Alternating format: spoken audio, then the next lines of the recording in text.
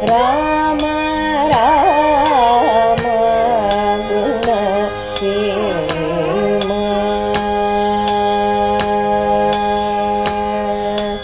ರಾಮ ರಾಮ ಗುಣ ಸೇಮ.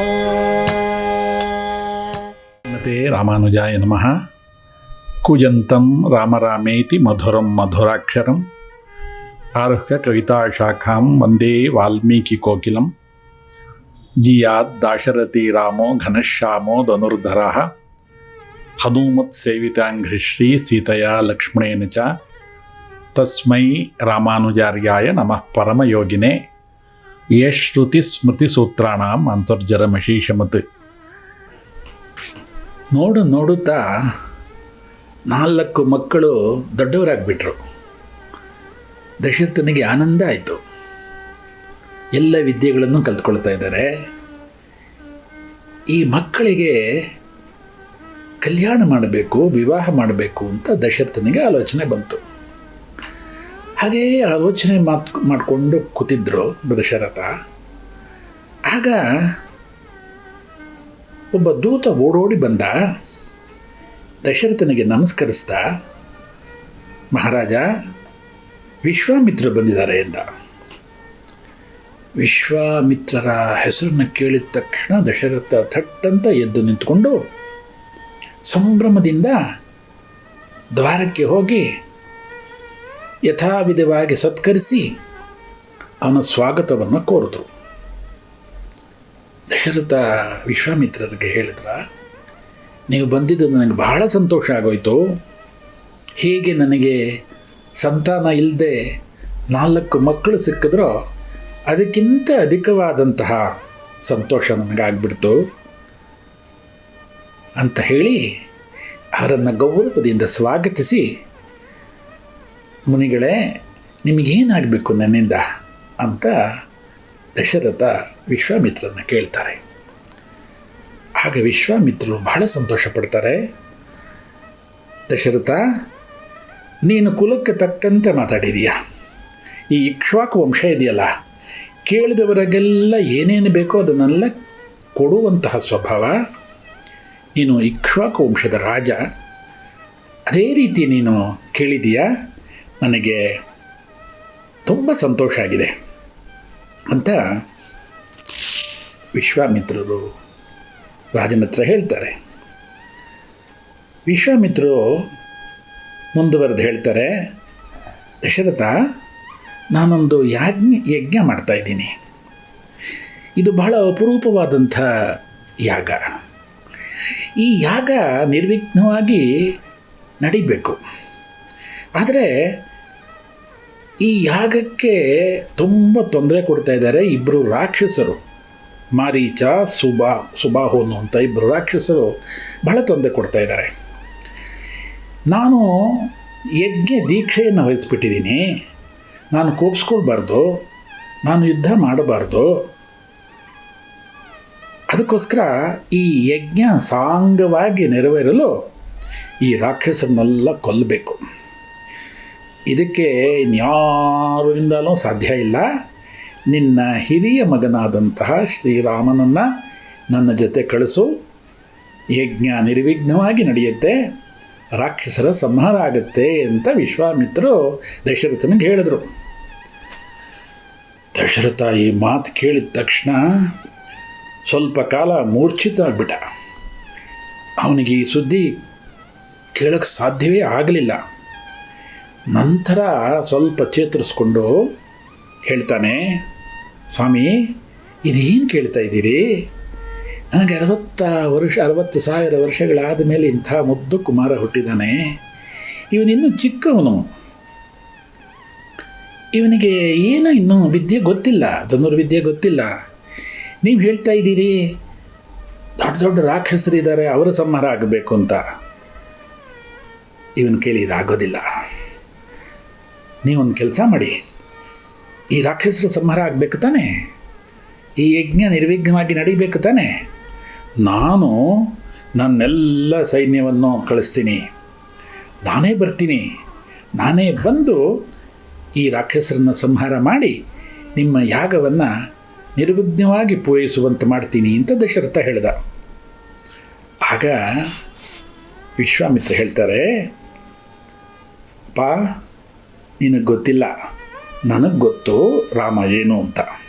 ಅಹಂ ವೇದ್ಮಿ ಮಹಾತ್ಮಾನಂ ರಾಮಂ ಸತ್ಯ ಪರಾಕ್ರಮಂ. ಅಪ್ಪ ನನಗೆ ಈ ವಿಷಯ ಗೊತ್ತು, ನಿನಗೆ ಗೊತ್ತಿಲ್ಲ. ಇದರ ಬಗ್ಗೆ ನಮ್ಮ ಪೂರ್ವಾಚಾರ್ಯರುಗಳು ಬಹಳ ವ್ಯಾಖ್ಯಾನವನ್ನು ಮಾಡಿದ್ದಾರೆ. ರಾಮ ಸಾಮಾನ್ಯದಲ್ಲ, ಅವನು ಮಹಾತ್ಮ. ಅಣುವಿನಲ್ಲಿ ಅಣುವಾಗಿರುವಂಥವನು. ಶ್ರುತಿಗಳಲ್ಲೆಲ್ಲ ಇವನನ್ನು ಕೊಂಡಾಡಿದ್ದಾರೆ. ಈ ಜಗತ್ಕಾರಣ ವಸ್ತು ಯಾರೋ ಅವನು ಶ್ರೀರಾಮ. ಯಾರು ಸರ್ವಾಂತರ್ಯಾಮಿಯೋ ಅವನು ಶ್ರೀರಾಮಪ್ಪ. ನಿನಗೆ ಈ ವಿಷಯ ಗೊತ್ತಿಲ್ಲ. ಸಾಕ್ಷಾತ್ ಶ್ರೀಮನ್ನಾರಾಯಣನೇ ಶ್ರೀರಾಮ ಅಂತ ವಿಶ್ವಾಮಿತ್ರರು ಹೇಳ್ತಾರೆ. ಆದರೂ ದಶರಥನಿಗೆ ನಂಬಿಕೆ ಬರಲಿಲ್ಲ. ಅವನ ಸಂಕಟ ಕಮ್ಮಿ ಆಗಲಿಲ್ಲ. ಏನು ಮಾಡೋದು? ಬಹಳ ದುಃಖದಿಂದ ದಶರಥ ಹೇಳ್ತಾನೆ, ಮಗನಿಗೆ ಇನ್ನೂ 16 ವರ್ಷ ತುಂಬಿಲ್ಲ ವಿಶ್ವಾಮಿತ್ರರೇ. ನನಗೆ ನನ್ನ ರಾಮನ ವಿಷಯ ಗೊತ್ತಿಲ್ಲ ಅಂತ ನೀವು ಹೇಳ್ತಾ ಇದ್ದೀರಿ. ಆದರೆ ಅವನು ನನಗೆ ಸುಕುಮಾರ. ರಾಕ್ಷಸರನ್ನು ಹೇಗೆ ಅವನು ಸದೆಬಡಿತಾನೆ? ಹಾಗೆ ವಿಶ್ವಾಮಿತ್ರ ಹೇಳ್ತಾರೆ, ರಾಜ, ನಾನು ರಾಮನ ಬಗ್ಗೆ ಹೇಳಿದ್ದೆಲ್ಲ ವಾಸ್ತವವಾದಂಥ ವಿಷಯ. ನಿನಗೆ ನನ್ನ ಮಾತಿನಲ್ಲಿ ನಂಬಿಕೆ ಇಲ್ಲದೇ ಇದ್ದರೆ ನಿನ್ನ ಕುಲಪುರೋಹಿತರಾದಂಥ ವಸಿಷ್ಠರನ್ನು ಕೇಳು. ಅವರು ಒಳ್ಳೆ ತಪಸ್ವಿಗಳು, ಅವ್ರಿಗೆ ಗೊತ್ತು ಏನು ಅಂತ. ನೀನು ಮೊದಲು ಅವ್ರನ್ನ ಕೇಳು, ಆಮೇಲೆ ನಾನು ಮುಂದಿನ ಮಾತಾಡ್ತೀನಿ ಅಂತ ಹೇಳ್ತಾರೆ. ಇದನ್ನು ನೋಡಿದಂಥ ವಸಿಷ್ಠರು, ದಶರಥ, ವಿಶ್ವಾಮಿತ್ರರು ಸಾಮಾನ್ಯರಲ್ಲಪ್ಪ, ಧರ್ಮಜ್ಞರಲ್ಲಿ ಧರ್ಮಜ್ಞರವರು, ವೀರ್ಯವಂತರಲ್ಲಿ ವೀರ್ಯವಂತರು ಈ ಬ್ರಹ್ಮರ್ಷಿ. ಇವರು ಬಂದಿರುವುದು ನಮಗಾಗಲ್ಲ, ನಿನ್ನ ಹಿತಕ್ಕೆ ಬಂದಿದ್ದಾರೆ. ಇವರಿಗೆ ಗೊತ್ತಿಲ್ಲದೆ ಇರೋಂಥ ಯಾವ ಅಸ್ತ್ರಶಸ್ತ್ರ ವಿದ್ಯೆಗಳು ಇಲ್ಲ. ಏನು ಯೋಚನೆ ಮಾಡಬೇಡ, ನೀನು ಇವರನ್ನ ಕಳಿಸ್ಕೊಡು ಅಂತ ಹೇಳ್ತಾರೆ.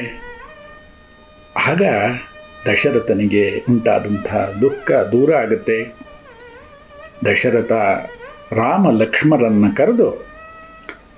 ಕರೆದು ಅವ್ರು ಹೇಳ್ತಾರೆ, ವಿಶ್ವಾಮಿತ್ರ ಜೊತೆ ನೀವು ಹೋಗಿ ಅವರ ಆಜ್ಞೆಯಂತೆ ನೀವು ಎಲ್ಲ ಕೆಲಸವನ್ನು ಪೂರೈಸಿ ಬನ್ನಿ ಅಂತ ಹೇಳ್ತಾರೆ.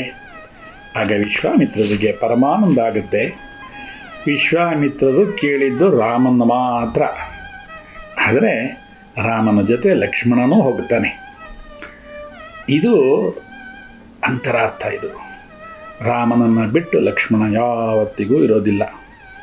ಅದನ್ನೇ ನಮ್ಮೆಲ್ಲ ಆಚಾರ್ಯರುಗಳು ಹೇಳ್ತಾರೆ. ಈ ಒಂದು ಪ್ರಸಂಗದಿಂದ ನಮ್ಮಲ್ಲಿಗೆ ಯಾರೇ ಹಿರಿಯರು ಬರಲಿ, ಋಷಿಮುನಿಗಳು ಬರಲಿ, ಸಾಧು ಸಂತರು ಬರಲಿ, ಸನ್ಯಾಸಿಗಳು ಬರಲಿ, ಅವರು ಸುಮ್ಮನೆ ಬರೋದಿಲ್ಲ. ಯಾವುದೋ ಒಂದು ಕಾರಣ ಇಟ್ಕೊಂಡು ಬರ್ತಾರೆ. ಅದರಲ್ಲೇನೋ ಒಂದು ವಿಶೇಷವಾದಂಥ ಅರ್ಥ ಇರುತ್ತೆ. ಒಳ್ಳೆಯ ಮಂಗಳಕರವಾದಂಥ ಘಟನೆಗಳೆಲ್ಲ ನಡೆಯುತ್ತೆ. ನಾವು ಅವರನ್ನು ಗೌರವಿಸಬೇಕು, ಅವರ ಮಾತನ್ನು ಕೇಳಬೇಕು ಅನ್ನೋದು ರಾಮಾಯಣದ ಈ ಸಂದೇಶ.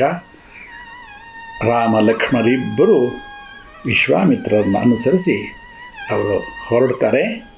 ಮುಂದಿನ ಕಥೆಯನ್ನು ನೋಡೋಣ. ರಾಮಾಯಣ ಹೇಗೆ ಅಂದರೆ, ನಾವು ಆರಂಭದಿಂದ ಕೇಳ್ತಾ ಇದ್ದೀವಿ.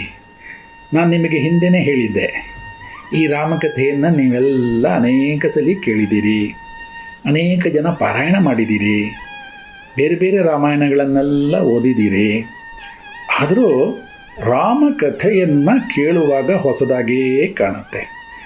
ಅದು ರಾಮನ ಆ ಒಂದು ಗುಣಕ್ಕೆ ಸಾಕ್ಷಿ. ಅದು ಅಂತಹ ರಾಮಕಥೆಯೇ ಇನ್ನು ಮುಂದೆ ಕಥೆಯ ಒಳಗಡೆ ಇದೆ. ವಿಶ್ವಾಮಿತ್ರರು ರಾಮ ಲಕ್ಷ್ಮಣರನ್ನು ಕರ್ಕೊಂಡು ಅರಣ್ಯಕ್ಕೆ ಹೋದಾಗ ಎಷ್ಟೆಷ್ಟು ಕಥೆಗಳು ಮುಂದೆ ಬರುತ್ತೆ ಅಂದರೆ ನೀವು ಅದನ್ನು ಅನುಭವಿಸಿ. ನಾನು ಆವತ್ತಿನಿಂದ ಒಂದು ವಿಷಯವನ್ನು ಹೇಳೋದನ್ನು ನಾನು ಹೇಳಿರಲಿಲ್ಲ. ಈ ಶುಭೋದಯಕ್ಕೆ ಪ್ರಾರಂಭದ ಸಂಗೀತವನ್ನು ಕೊಟ್ಟಂಥವರು ನಮ್ಮ ಮಠದ ಭಕ್ತರಾದಂಥ ಜನಾರ್ದನ್ ಅಂತ. ಮೋಹನದಲ್ಲಿ ಅವರು ವೈಲಿನ್ ನುಡಿಸಿದಾರಲ್ಲ, ಅನೇಕ ಜನ ದಿನಾ ಕೇಳ್ತಾರೆ, ಆನಂದ ಪಡ್ತಾರೆ. ಇದನ್ನು ನುಡಿಸಿರೋರು ಜನಾರ್ದನ್ ಅಂತ.